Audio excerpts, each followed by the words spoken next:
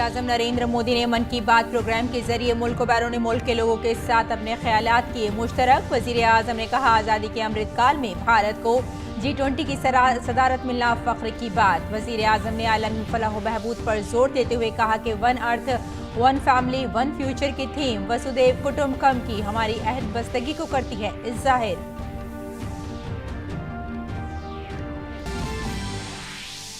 वज़ीर-ए-आज़म ने मन की बात में निजी शोबे के पहले रॉकेट विक्रम एस के कामयाब तजुर्बे को करार दिया काबिल फ़ख्र लम्हा।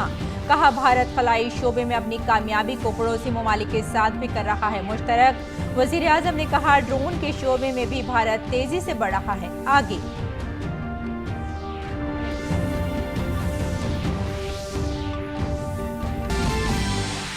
वज़ीर-ए-आज़म नरेंद्र मोदी ने गुजरात के नेत्रंग और खेड़ा में इंतखाबी रैलियों से किया खिताब। कहा, मरकज और रियासत में डबल इंजन की हुकूमत से तरक्की की रफ्तार हुई तेज। रियासत के इंतखाबी मुहिम में कांग्रेस और आम आदमी पार्टी ने भी झोंकी पूरी ताकत। दिल्ली के प्रगति मैदान में जारी 41वें भारत बैनुल-अक़वामी तिजारती मेले का आज आखिरी दिन। वोकल फॉर लोकल और लोकल फॉर ग्लोबल जैसे अहदाफ को हासिल करने में तिजारती मेले का रहा बड़ा अहम रोल।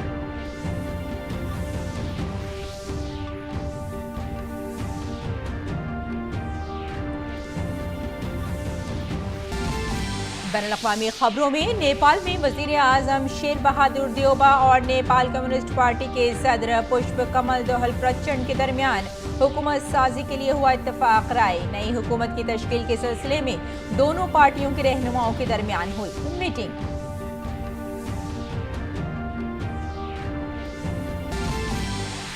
और खेल की खबरों में भारत और न्यूजीलैंड के दरमियान दूसरा एक रोजा मैच बारिश की नजर।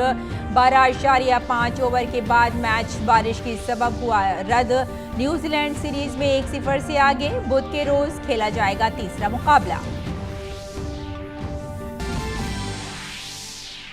फीफा आलमी कप में आज खेले जा रहे हैं 4 मुकाबले। टूर्नामेंट में बरकरार रहने के मकसद से 4 बार की चैंपियन जर्मनी उतरेगी स्पेन के खिलाफ। एक दीगर मैच में बेल्जियम का मुकाबला मराकेश से। क्रोएशिया के सामने होगा कनाडा का चैलेंज।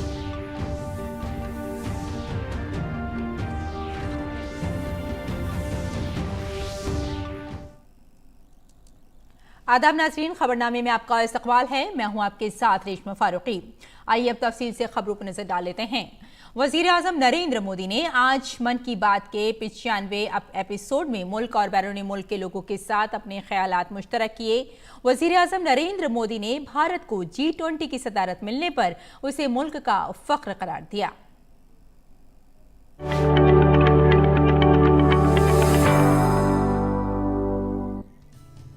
वज़ीर-ए-आज़म नरेंद्र मोदी ने मन की बात प्रोग्राम में एक अनोखे तोहफे पर गुफ्तगू करते हुए तेलंगाना से ताल्लुक रखने वाले बुनकर हरिप्रसाद गारू के फन की सताइश की। पीएम ने कहा कि हरिप्रसाद जी ने G20 का लोगो अपने फन के जरिए भेजा है, जो सबकी तवज्जो अपने जानिब खींच रहा है। हरिप्रसाद गारू ने अपने फन में अगले साल G20 की मेजबानी करने पर देश के फख्र का भी मुजाहिरा किया है। तेलंगाना के राजन्ना सिरसिला जिले में एक बुनकर भाई हैं एलदी हरिप्रसाद गारू। उन्होंने मुझे अपने हाथों से G20 का यह लोगो बुनकर के भेजा है। यह शानदार उपहार देखकर तो मैं हैरान ही रह गया। हरिप्रसाद जी को अपनी कला में इतनी महारत हासिल है कि वो सबका ध्यान आकर्षित कर लेते हैं। हरिप्रसाद जी ने हाथ से बुने G20 के इस लोगो के साथ ही मुझे एक चिट्ठी भी भेजी है। इसमें उन्होंने लिखा है कि अगले साल G20 शिखर सम्मेलन की मेजबानी करना भारत के लिए बड़े ही गौरव की बात है। देश की इसी उपलब्धि की खुशी में उन्होंने G20 का यह लोगो अपने हाथों से तैयार किया है। वज़ीर-ए-आज़म ने G20 की चेयरमैनशिप को मुल्क के लिए एक बड़ा मौका करार दिया। आलमी भलाई, आलमी बहबूद पर जोर देते हुए पीएम ने कहा कि एक जमीन, एक खानदान, एक मुस्तकबिल का थीम भी वसुदेव कुटुंबकम से हमारी वाबस्तगी का इजहार करता है। G20 की वर्ल्ड पॉपुलेशन में 2/3, वर्ल्ड ट्रेड में 3/4 और वर्ल्ड जीडीपी में 85% भागीदारी है। आप कल्पना कर सकते हैं, भारत अब से 3 दिन बाद यानी 1 दिसंबर से इतने बड़े समूह की, इतने सामर्थ्यवान समूह की अध्यक्षता करने जा रहा है। भारत के लिए, हर भारतवासी के लिए ये कितना बड़ा अवसर आया है।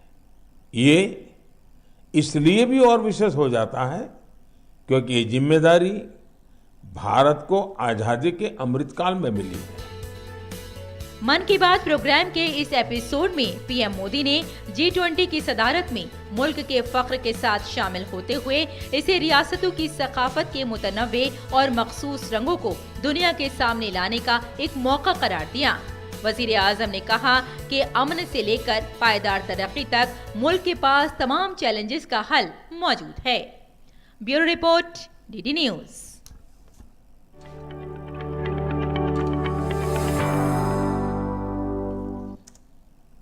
वज़ीर-ए-आज़म नरेंद्र मोदी ने आज मन की बात प्रोग्राम में मुल्क में साइंस के शोबे में होने वाली तरक्की की सताइश की।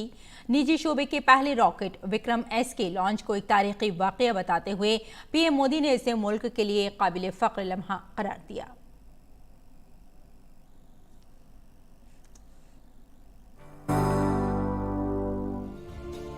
अपने मन की बात में वजीर आजम नरेंद्र मोदी ने मुल्क की साइंस के मैदान में तेज रफ्तार तरक्की और इसमें आम हिंदुस्तानियों के ताउन का जिक्र किया। उन्होंने हाल ही में लॉन्च किए गए निजी शोबे के पहले रॉकेट विक्रम एस को एक तारीखी वाक़या करार दिया। मेरे प्यारे देशवासियों, 18 नवंबर को पूरे देश ने स्पेस सेक्टर में एक नया इतिहास बनते देखा। इस दिन भारत ने अपने पहले ऐसे रॉकेट को अंतरिक्ष में भेजा जिसे भारत के प्राइवेट सेक्टर ने डिजाइन और तैयार किया था। इस रॉकेट का नाम है विक्रम एस। श्रीहरिकोटा से स्वदेशी स्पेस स्टार्टअप के इस पहले रॉकेट ने जैसे ही ऐतिहासिक उड़ान भरी, हर भारतीय का सिर गर्व से ऊंचा हो गया। वजीर आजम ने कहा कि हिंदुस्तान हमेशा पड़ोसी ममालिक के साथ अपनी साइंसी सलाहियतों के सम्राट बांटने का ख्वाहिशमंद है। इस तनाजुर में उन्होंने भूटान के इसरो के रॉकेट के जरिए जुमे को छोड़े गए सैटेलाइट की मिसाल पेश की। उन्होंने भारत में ड्रोन टेक्नोलॉजी के मैदान में भारत के बढ़ते हुए इक़दामात का भी जिक्र किया और हिमाचल प्रदेश के किन्नौर में ड्रोन के जरिए सेब की फरहमी को इस पेशरफ्त की जिंदा मिसाल करार दिया। जब हम टेक्नोलॉजी से जुड़े इनोवेशंस की बात कर रहे हैं तो ड्रोन्स को कैसे भूल सकते हैं। ड्रोन के क्षेत्र में भी भारत तेजी से आगे बढ़ रहा है। कुछ दिनों पहले हमने देखा कि कैसे हिमाचल प्रदेश के किन्नौर में ड्रोन्स के जरिए सेब ट्रांसपोर्ट किए गए। किन्नौर हिमाचल का दूर सुदूर जिला है और वहाँ इस मौसम में भारी बर्फ रहा करती है। इतनी बर्फबारी में किन्नौर का हफ्तों तक राज्य के बाकी हिस्से से संपर्क बहुत मुश्किल हो जाता है। ऐसे में वहां से सेब का ट्रांसपोर्टेशन भी उतना ही कठिन होता है। अब ड्रोन टेक्नोलॉजी से हिमाचल के स्वादिष्ट किन्नौरी सेब लोगों तक और जल्दी पहुंचने लगेंगे। इससे हमारे किसान भाई बहनों का खर्च कम होगा, सेब समय पर मंडी पहुंच पाएगा, सेब की बर्बादी कम होगी। वजीर आजम ने कहा कि अपने नौजवानों की सलाहियतों की वजह से भारत आज साइंस, तहकीक और स्टार्टअप्स के मैदान में दुनिया का सरकर्दा मुल्क बन गया है। उन्होंने कहा कि अब भारत के लोग पीछे मुड़कर नहीं देखेंगे। Bureau report, DD news, Urdu खबरें।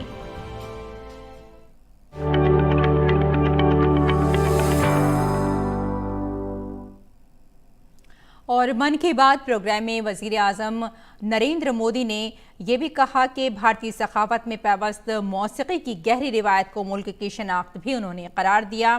पीएम मोदी ने मुल्क की मुख्तलिफ हिस्सों में लोक मौसीकी की रिवायत को बरकरार रखने की कोशिशों की भी तारीफ की।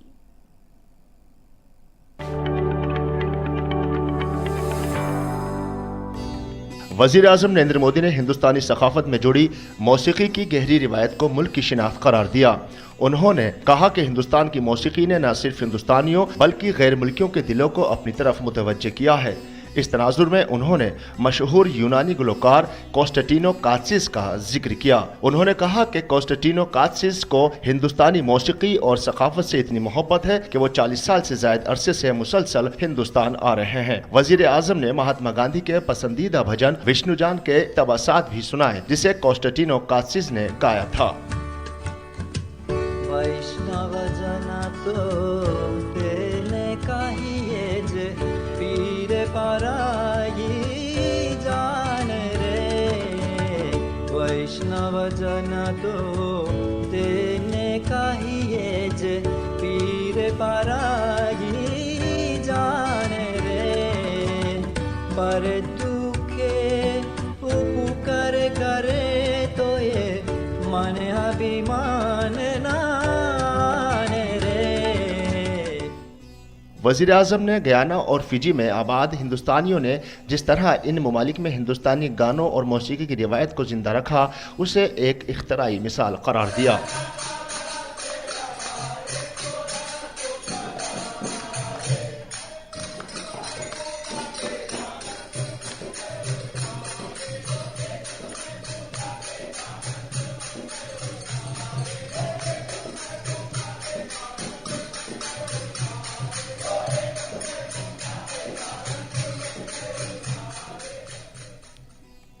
हिंदुस्तान के वेदों, कदीम सहीफों और अफसानवी कहानियों की मिसाल देते हुए वजीर आज़म ने कहा कि मौसीकी हिंदुस्तान की रूह में है। महान मनीषी कवि भर्तृहरि को हम सब उनके द्वारा रचित नीति शतक के लिए जानते हैं। एक श्लोक में वे कहते हैं कि कला, संगीत और साहित्य से हमारा लगाव ही मानवता की असली पहचान है। वास्तव में हमारी संस्कृति इसे ह्यूमैनिटी से भी ऊपर डिविनिटी तक ले जाती है। वेदों में सामवेद को तो हमारी विविध संगीतों का स्रोत कहा गया है। माँ सरस्वती की वीणा हो, भगवान श्री कृष्ण की बांसुरी हो या फिर भोलेनाथ का डमरू, हमारे देवी देवता भी संगीत से अलग नहीं है। वजीर आज़म ने मुल्क के मुख्तलिफ हिस्सों में लोक मौसीकी की रिवायत को बरकरार रखने के लिए की जाने वाली कोशिशों की तारीफ की। इस सिलसिले में उन्होंने नागालैंड की तंजीम लिडी क्रोयू की कोशिशों का जिक्र किया। नागालैंड में नागा समाज की जीवन शैली, उनकी कला, संस्कृति और संगीत, ये हर किसी को आकर्षित करती है। ये हमारे देश की गौरवशाली विरासत का अहम हिस्सा है। नागालैंड के लोगों का जीवन और उनके स्किल्स सस्टेनेबल लाइफस्टाइल के लिए भी बहुत महत्वपूर्ण है। इन परंपराओं और स्किल्स को बचाकर अगली पीढ़ी तक पहुंचाने के लिए वहां के लोगों ने एक संस्था बनाई है जिसका नाम है लिडी क्रोयू। नागा संस्कृति के जो खूबसूरत आयाम धीरे धीरे खोने लगे थे, लिडी क्रोयू संस्था ने उन्हें फिर से पुनर्जीवित करने का काम किया है। मुल्क, बैरून मुल्क और हिंदुस्तान की मुख्तलिफ रियासतों की मिसालों का हवाला देते हुए वजीर आज़म ने मन की बात में मौसीकी की मुतहर्रिक रिवायत की अहमियत और हिंदुस्तानी समाज में उसके अटूट मकाम पर जोर दिया। Bureau report, DD news.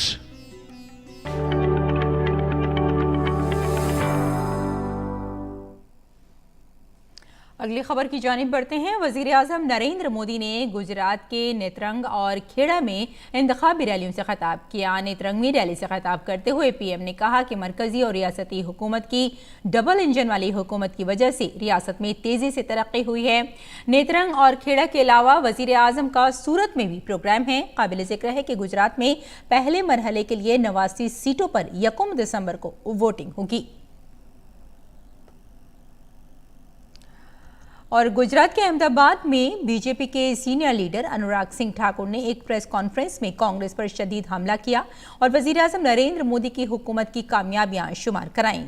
उन्होंने कहा कि गुजरात मॉडल में तरक्की, अच्छी हुक्मरानी और गरीबों की फलाह बहबूद के बारे में बात की जाती है। जब विकास की बात होती है, सुशासन की बात होती है, गरीब कल्याण की बात होती है, तो गुजरात मॉडल की बात होती है। नए भारत की बुलंद तस्वीर हमारा गुजरात। जब कोई कृषि के क्षेत्र में डबल डिजिट ग्रोथ नहीं देखता था, तब मोदी जी के नेतृत्व में गुजरात ने देखी। जब कोई बड़े बांध बनाने का सपना नहीं देखता था, तो तब नर्मदा बांध हो या फिर दुनिया की सबसे बड़ी प्रतिमा स्टैच्यू ऑफ यूनिटी, वो भी गुजरात में है। पहली बुलेट ट्रेन की बात करें तो वो भी गुजरात में, और नंबर 1 एक्सपोर्ट की बात करें तो गुजरात में। नंबर 1 की बात जहां पे भी आए तो गुजरात आगे चलता है। तो गुजरात एक ऐसा मॉडल जो देश के सामने सुशासन, विकास और गरीब कल्याण, यही भाजपा की पहचान। बीजेपी लीडर अनुराग सिंह ठाकुर ने कहा कि गुजरात असेंबली 2022 के करारदादनामे में बीजेपी ने बेटियों को केजी से पीजी तक तालीम मुफ्त फराहम करने का वादा किया है। भारतीय जनता पार्टी ने, माननीय राष्ट्रीय अध्यक्ष ने संकल्प पत्र जारी करते हुए जो कहा, बेटियों के लिए केजी से पीजी तक की शिक्षा मुफ्त में होगी, मेधावी छात्राओं के लिए स्कूटी मुफ्त में मिलेगी, तो हमारी बुजुर्ग महिलाओं के लिए 60 साल से ज्यादा वाली के लिए बस में मुफ्त सेवा मिलेगी, और भाई और बहनों, रसोई गैस का सिलेंडर, शौचालय, पक्का मकान, ये तो नरेंद्र मोदी जी की सरकार ने गुजरात ही नहीं बल्कि पूरे देश भर में देने का काम किया है। जो कांग्रेस 60 साल में नहीं कर पाई, मोदी सरकार ने 8 साल में करने का काम किया। और अगर मैं यहां पर कहूं, गुजरात के युवाओं ने तो गुजरात को, विकास को नए पंख लगाए हैं और उड़ान भरी है। आम आदमी पार्टी के रहनुमा और दिल्ली के वजीर आला अरविंद केजरीवाल ने गुजरात के सूरत में नामा निगारों से खिताब करते हुए लोगों से कहा कि वो आम आदमी पार्टी को वोट दें। कहा जाता है कि जिस राज्य में सरकारी कर्मचारी जिस तरफ हों, चुनाव वही पार्टी जीतती है। सरकारी कर्मचारी 10 तरीके से इन्फ्लुएंस करते हैं, 10 लोगों को बताते हैं, उनकी बात सुनता है समाज। तो मैं सारे सरकारी कर्मचारियों को, गुजरात सरकार के कच्चे पक्के ये वो सभी से अपील करना चाहता हूं। एक तो अभी पोस्टल बैलेट चल रहा है, पोस्टल बैलेट में एक एक वोट आम आदमी पार्टी को पड़ना चाहिए। आप सबसे अपील है, पोस्टल बैलेट के अंदर एक एक वोट आम आदमी पार्टी को पड़ना चाहिए।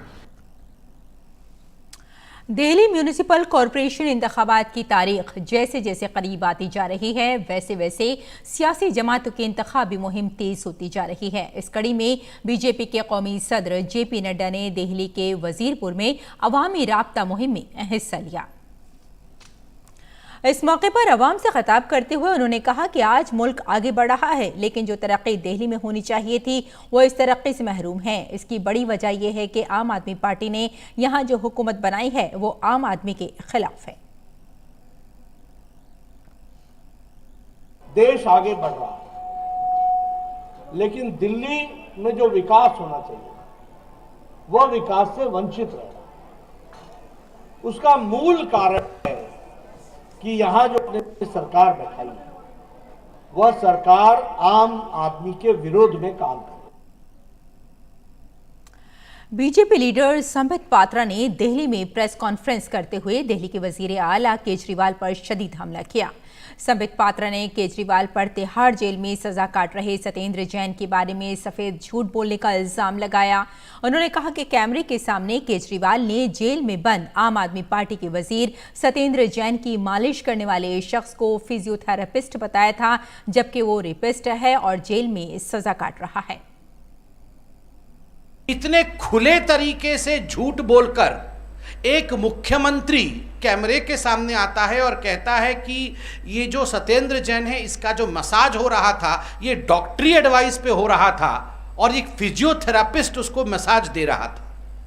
ये विषय मोरालिटी का है, यह विषय हमारे दिल के अंदर उठ रहे कई सवालों का है कि एक मुख्यमंत्री लाइट, कैमरा और एक्शन होने के बाद इस कदर झूठ कह सकता है कि ये फिजियोथेरापिस्ट है, जबकि वो एक रेपिस्ट था। वज़ीर ख़ारजा डॉक्टर एस जयशंकर ने आज इम्फाल में IMA मार्केट का दौरा किया। जयशंकर 26 से 28 नवंबर तक मणिपुर के दौरे पर हैं। वज़ीर आज़म नरेंद्र मोदी की क़यादत में मरकज़ी हुकूमत शुमाल मशरक़ में राब्ते और बुनियादी ढांचे को बेहतर बनाने और तरक्की के लिए भरपूर तरीके से काम कर रही है। शुमाल मशरक़ में राब्तों को बेहतर बनाने से ये खित्ता बाकी दुनिया के साथ जुड़ने के काबिल हो जाएगा। और दिल्ली के जंतर मंतर पर जनसंख्या समाधान फाउंडेशन की जानिब से आबादी कंट्रोल कानून का मुतालबा करते हुए दिल्ली के जंतर मंतर पर मुजाहरा किया गया। मरकजी वजीर गिरिराज सिंह ने तंजीम की तरफ से पेश करदा मेमोरेंडम के मुतालबे से इत्तफाक करते हुए कहा कि मुल्क की तरक्की और पेशरफ्त के लिए आबादी कंट्रोल कानून का होना बहुत ज़रूरी है। आज भारत के लिए सामाजिक समरसता के लिए, आर्थिक ऊंचाई पर जाने के लिए साधन सीमित है। इन सीमित साधन में भारत को चौतरफा विकास के लिए जनसंख्या नियंत्रण कानून लाना जरूरी है। इसलिए देश में एक ऐसा कानून लाना चाहिए। इसे राजनीति के चश्मे से नहीं देखना चाहिए, इसे धर्म के चश्मे से नहीं देखना चाहिए, इसे देश के चश्मे से देखेंगे। National commission for scheduled tribes के जरिए नई दिल्ली में कबायली समाज की शनाख्त, वजूद और तरक्की से मुतालिक मौज़ूआत पर तहकीक के लिए एक कौमी वर्कशॉप का इनेकाद किया गया, जिसमें मुल्क की कई यूनिवर्सिटियों के वाइस चांसलर्स, प्रोफेसर्स, माहिरीन तालीम, तलबा और समाजी कारकुनों ने शिरकत की। वर्कशॉप से खिताब करते हुए कौमी कमीशन बराए शेड्यूल्ड ट्राइब के चेयरमैन हर्ष चौहान ने कहा कि मुल्क के कबायली मुआशरे के बारे में तहकीक न होने के बराबर है और कबायली मसाइल के बारे में लोगों में बेदारी पैदा करने की जरूरत है। उन्होंने हुकूमत की तरफ से जनजातीय गौरव दिवस के ऐलान की सताइश की। और दिल्ली के प्रगति मैदान में 41वें बैनुल-अक़वामी तिजारती मेले का आज आखिरी दिन है। वोकल फॉर लोकल और लोकल फॉर ग्लोबल जैसे मुतादिद अहदाफ को हासिल करने में तिजारती मेले का अहम रोल है। मेले में इस बार हर दिन काफ़ी तादाद में मेला देखने वाले शायकीन पहुंचे। मेले में इस बार नई नई कंपनियां देखने को मिली, ख्वाह स्टार्टअप हो या फिर बड़ी कंपनियां, हर एक यहाँ आकर खुश-खुर्रम नजर आया। और नेपाल में आम इंतखाबात के बाद नेपाली कांग्रेस पार्टी की क़यादत में 5 जमातों का इत्तेहाद नई हुकूमत बनाने के लिए तैयार है। वज़ीर आज़म शेर बहादुर देउबा की क़यादत में नेपाल कांग्रेस इत्तेहाद ने इंतखाबात में वाज़ेह बरतरी हासिल कर ली है। नेपाल के वज़ीर आज़म शेर बहादुर देउबा और Nepal communist party Maoist centre के चेयरमैन पुष्प कमल दोहल ने मुलाकात में नई हुकूमत की तश्कील के इम्कानात पर तबादला ख्याल किया। CPN माओइस्ट सेंटर की कायमा कमेटी के रुकने ने कहा कि दोनों रहनुमा मौजूदा हुक्मरान इत्तेहाद के साथ जारी रखने के लिए एक मुश्तरका मुआहदे पर पहुंच गए हैं। यूक्रेन के सदर व्लादिमीर ज़ेलेंस्की ने ग़ज़ाई बहरान से निमटने के लिए अपने अज़्म का इज़हार किया है। यूक्रेन की दारुल हुकूमत कीव में एक सरबराह इजलास के दौरान व्लादिमीर ज़ेलेंस्की ने कहतज़दा ममालिक को अनाज फराहम करने पर यूरोपीय यूनियन की तारीफ की। ज़ेलेंस्की ने कहा कि यूक्रेन ने इथियोपिया, सूडान और जनूबी सूडान समेत कई ममालिक को अनाज बरामद करने के लिए यूरोपीय यूनियन को दरख्वास्त दी है। इस दौरान यूक्रेन के आला हुक्काम ने खुराक के बहरान का जिम्मेदार रूस को करार दिया है। और ईरान में हिजाब के खिलाफ मुजाहिरों का सिलसिला जारी है। उधर लंदन में भी दर्जनों मुजाहिरीन ने ईरानी खवातीन की हिमायत में बाल काट कर एहतजाज किया। मुजाहिरीन ने ईरानी खवातीन के लिए इंसाफ, इस्लाहात और हुकूक का मुतालबा किया। दूसरी जानिब ईरान ने मुजाहिरों को मगरबी ममालिक से मुतासिर करार दिया।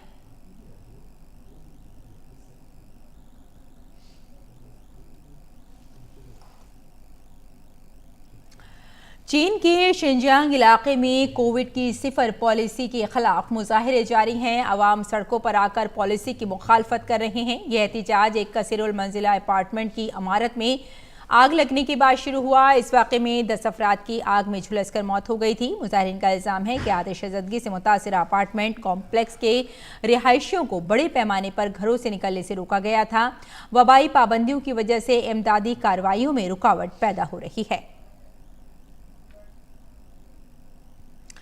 ताइवान की सदर साई यांग-वेन ने मुकामी इंतखाबात में अपनी पार्टी की शिकस्त के बाद हुक्मरान जमात डेमोक्रेटिक प्रोग्रेसिव पार्टी के सरबराह के ओहदे से इस्तीफा दे दिया है। उन्होंने सहाफ़ियों को बताया कि इंतखाबी नताइज तवक्को के बरक्स हैं, इसलिए पार्टी की खराब कारकर्दगी की जिम्मेदारी तस्लीम करते हुए यह कदम उठाया जा रहा है। अहम बात यह है कि ताइवान में अपोजिशन पार्टी ने काउंटी सरबराहान, सिटी मेयर्स और मुकामी कौंसिलरों के इंतखाब में वाज़ेह फ़र्क से कामयाबी हासिल की है।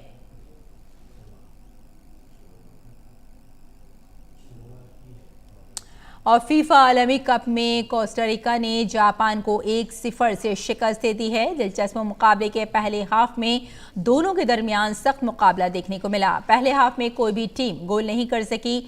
दूसरे हाफ में काफ़ी वक्त तक दोनों टीमें गोल करने में नाकाम कोशिश करती दिखी। हालांकि मैच के 81वें मिनट में कोस्टारिका के फॉलोअर्स ने गोल करके टीम को 1-0 से आगे कर दिया। इसके बाद मैच में कोई और गोल नहीं हो सका और कोस्टारिका ने मैच को अपने नाम कर टूर्नामेंट में पहली जीत दर्ज की। भारत और न्यूजीलैंड के दरमियान 3 वनडे मैचों की सीरीज का दूसरा मैच बारिश की नजर हो गया। इस मैच में न्यूजीलैंड ने टॉस जीतकर पहले गेंदबाजी का फैसला किया। भारतीय इनिंग्स के 5वें ओवर में बारिश के बायस खेल रोकना पड़ा। इसके बाद काफी देर तक बारिश की वजह से खेल शुरू ना हो सका। जब खेल दोबारा शुरू हुआ तो मैच को 29 ओवर तक महदूद कर दिया गया। भारतीय इनिंग्स की 13वीं ओवर में जब टीम का स्कोर 1 विकेट पर 89 रन था तो दोबारा बारिश शुरू हो गई, जिसके बायस मैच रोक दिया गया। इसके बाद मैच दोबारा शुरू न हो सका और मैच मनसूख करने का फैसला किया गया। इस मैच के बाद न्यूजीलैंड को सीरीज में 1-0 की बढ़तरी हासिल है। तीसरा वनडे बुध के रोज खेला जाएगा।